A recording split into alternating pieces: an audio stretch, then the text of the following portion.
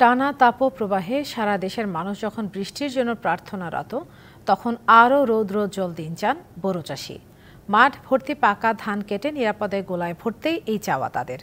কৃষক জানান, আবহাওয়া অনুকূলে থাকার পাশাপাশি পোকামাকড়ের আক্রমণ কম থাকায় এবার ভালো ফলন হয়েছে।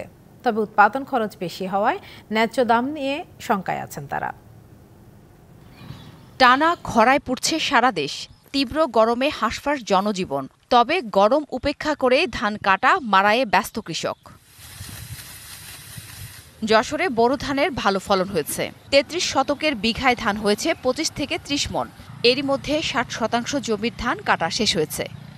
বাজারে ১২০০ থেকে ১২৫০ টাকায় প্রতি মণ ধান বিক্রি হচ্ছে। এত তাপ জীবনে ১০-২০ বছরের মধ্যে দেখিনি। এই আবহাওয়া যদি ৮ থেকে ১০ দিন এইভাবে চলতে থাকে তো আমরা কৃষক যারা আছে মাঠে ইনশাল্লাহ ধান সুষ্ঠুভাবে গোছাতে পারবে। কৃষি বিভাগ বলছে, লক্ষ্যমাত্রার বেশি জমিতে যশোরে বোরো আবাদ হয়েছে।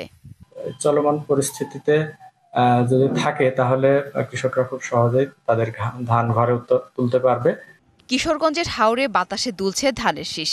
বিস্তীর্ণ এলাকা জুড়ে সোনালী ধান আর ধান। তপ্ত রোদ উপেক্ষা করে ধান কাটছে কৃষক।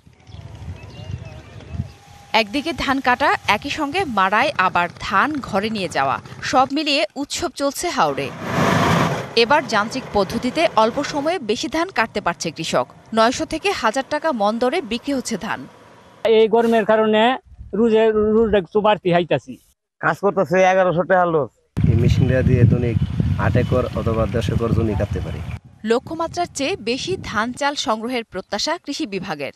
বেশি করে হাইব্রিড আবাদ করার ফলে আমাদের ধানের বাম্পার ফলন হয়েছে। আমরা যদি এই কয়েকদিনের মধ্যে কোনো শিলাবৃষ্টি না হয়, আমরা আশা করতে যে আমাদের কৃষক ভাইয়েরা একটা বাম্পার ফলন পাবে। এদিকে মৌলভীবাজারের হাকালুকি, কাওয়াদিঘি ও হাইলহাওরে চলছে ধান কাটা।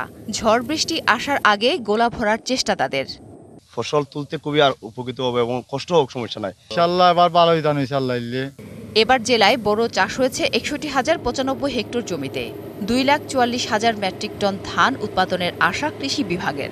আগামী ১০ তারিখের ভিতরে ধান কর্তন শেষ হবে। এবছর আমাদের লক্ষ্যমাত্রা হচ্ছে ফলনের ২,৪৬,০০০ মেট্রিক টন। আরও কয়েকদিন রৌদ্রোজ্জ্বল আবহাওয়া থাকলে নিরাপদে গোলায় ধান তোলা সম্ভব হবে বলে মনে করছেন চাষিরা। জানাত সাথী, ডিবিসি নিউজ ডেস্ক।